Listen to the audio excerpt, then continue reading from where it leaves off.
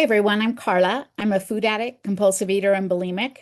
I weigh and measure 3 meals a day from the gray sheet. I write them down, text them in, call them to my sponsor, eat them, nothing else in between. Just for today, abstinence is the most important thing in my life without exception.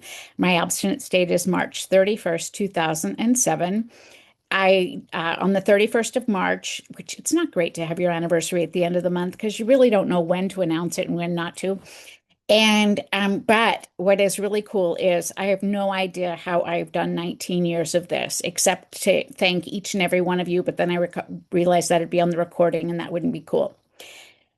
Okay, my yes and was that I'm at this peak of my coffee efficacy where things could go really well or they could really be off the rails. So there you go.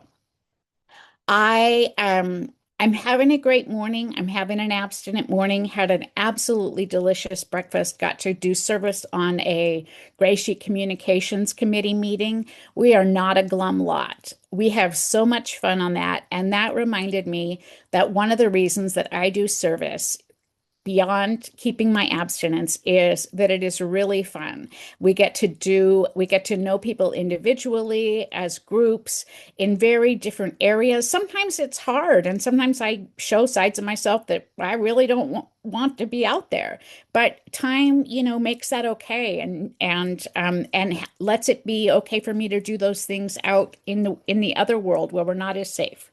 Okay, we're reining that back in. The reason I'm here is very similar to the reason that everyone is here, which is didn't do well with the food on my own. From as far back as I can go, I was askew in my relationship with food. Um, it was the constant in my house. It was consistent. It was there. It was so pleasurable. I don't know that this is true, but I feel like there was a that was heightened for me because my dad's career was with a major food corporation, and so we had all the spoils that came to our house. So we were just full of stuff, and I was uh, had laissez-faire parenting, and so I had free reign, and I ate a lot.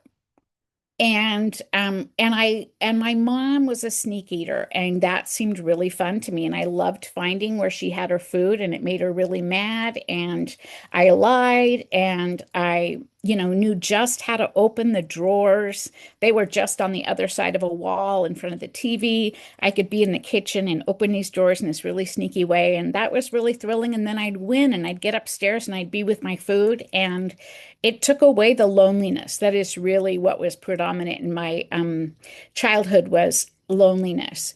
And that's exactly what I got as my disease progressed was this really core feeling of being alone and not knowing what the hell to do or how to do it, and certainly not how to fix my issue with the manifestation of what I was eating, which was weight.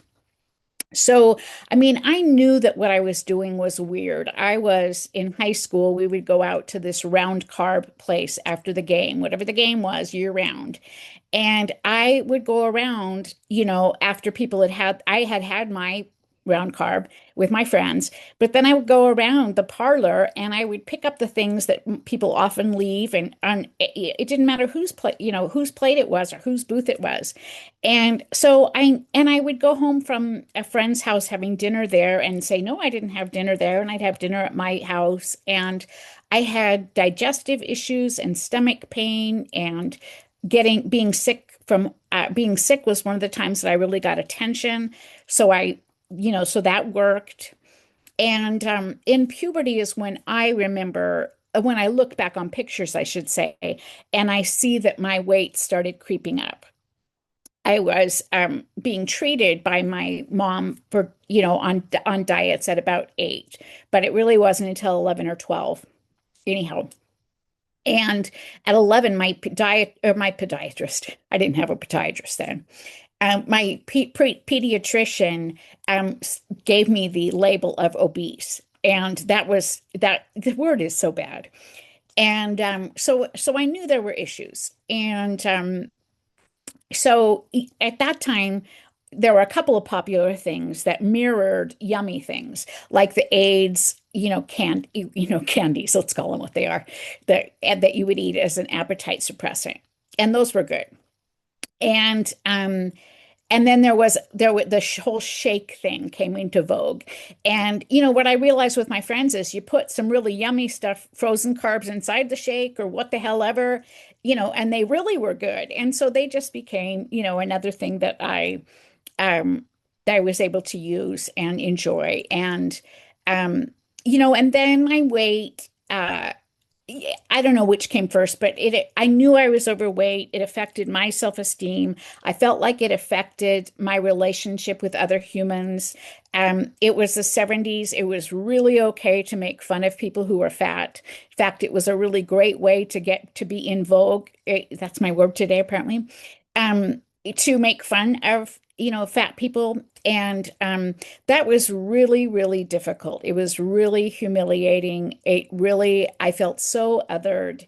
And I didn't hang out with other people who had weight issues, so I didn't really have anyone to talk to about that.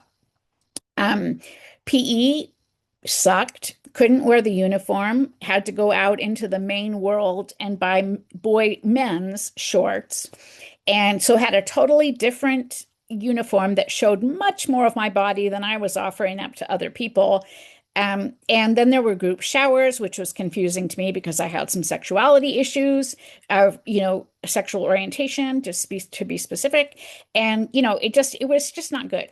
So that's when I really got that, that it just felt so very difficult.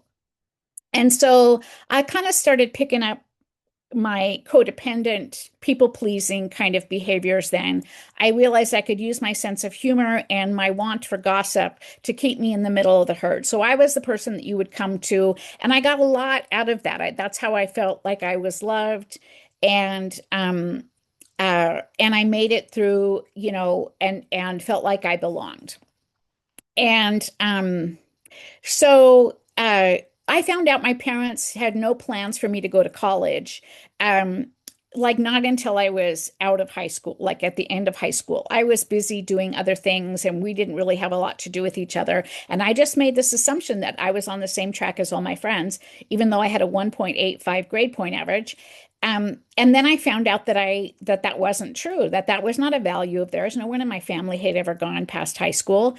And I had no means or no willingness or no wherewithal to figure that out on my own. So my friends went off to college. I went and did a geographic down to where my sister lived in the Portland area and got a series of jobs. I was really good at getting jobs, but never in anything I was satisfied. And I would go home and I would eat. My parents paid for a bunch of big box dieting, weight loss clinic, Nutrisystems, Jenny Craig, a couple times.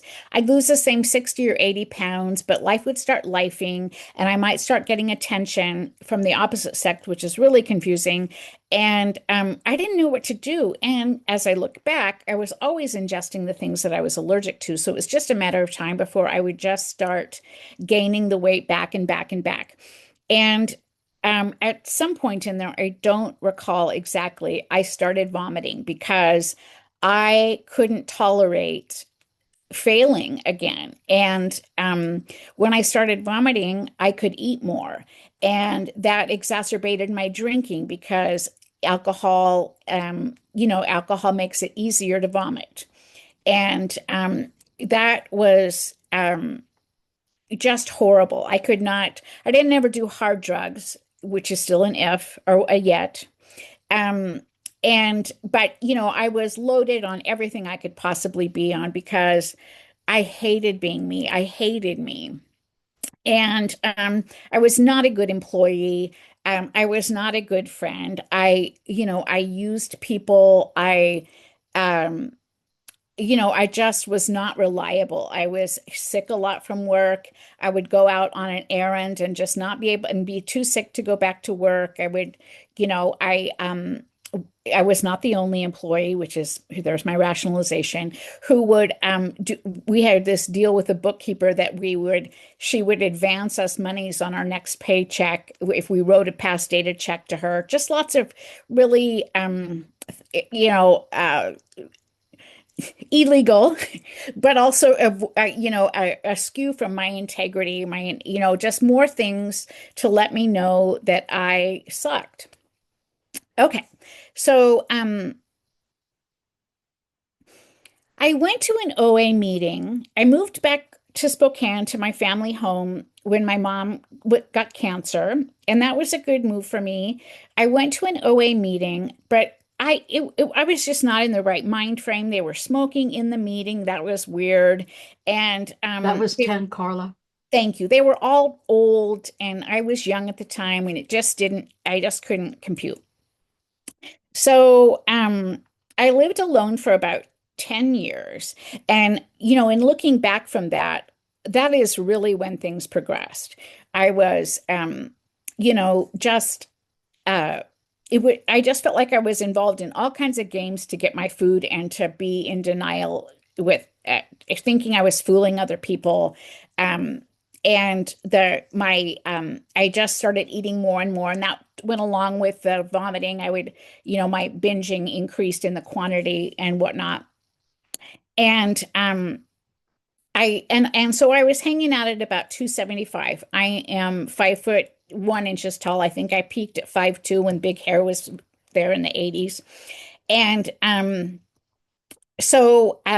was having some physical issues. I Yeah. And I fell in love for the first time and moved in with my partner. And that's when that's when I just got, oh my God, this is, what am I doing? I can't get to my food. I thought, I couldn't wait for her to leave and so that I could be with my food. I was very self-conscious about how much I ate. I wanted to always eat more. That was stressful for me. Um, and so I'd sneak out. I'd find an errand. I'd need to go to the store. I did more eating in my car. A couple times found food that was 2 or 3 days old that I'd stuffed back in the back of my car. Just behavior that really let me know I was off. And then trying to vomit in our family bathroom and was crazy. So my then partner had a mini intervention with me, and said, I don't think you can do this on your own. I think you're an addict. Well, I had been seeing psychiatrists and therapists and doing self-help programs and all this, and really thought I was crazy, but no one would just really tell me that. So I knew you could do something about addiction. It felt like such a gift for her to call me an addict. I felt like there was hope. So I went to an OA meeting, really great to be around these people that I just instantly, uh, You got three more, Carla. thank you, got that they were my people. Many of them were manifesting in excess weight, so that was helpful for me because I was really big. And they were talking about their concept of a God as they understood God. And then at the end, they say, "We hope you come to love us the way we already love you." And I felt that shit. That was the thing for me. That was really the thing for me, is that it got through this cynical, huge fortress that I had built around myself. No one would talk about the food. That made it kind of tricky. I just treated OA as my 3 sensible meals started out to be a diet, which was never going to be sustainable. And I was always eating the things we don't eat, just in brown form. And I went off of it, started lying to my sponsor. Several years later, I didn't know what to do, went into an OA annual event. There were two people who were glistening, glowing, and just shining like angels. I was willing to do whatever they did, and that got me to Gray Sheet. And um, I will do what I have to do every day to stay here because I don't know what it is that would take me out. I was at a retreat where there was a theme about how it's personalities that take us out. It's resentments that take us out. And that makes sense to me in that weird thinking. How much there is before the actual bite, the weird thoughts and whatnot. And so I work my program in the best ways I know how and keep my abstinence. first and keep it way out there. And I do that by doing service. Um, and there's just a gazillion ways to do service. We had at least two people with their hands up to time. Love that. We should be fighting, we should be arm wrestling over taking time and doing the readings and all the things because it's fun. And retreats are really amazing. And I love that I know so many of you, a few of you could tell my story.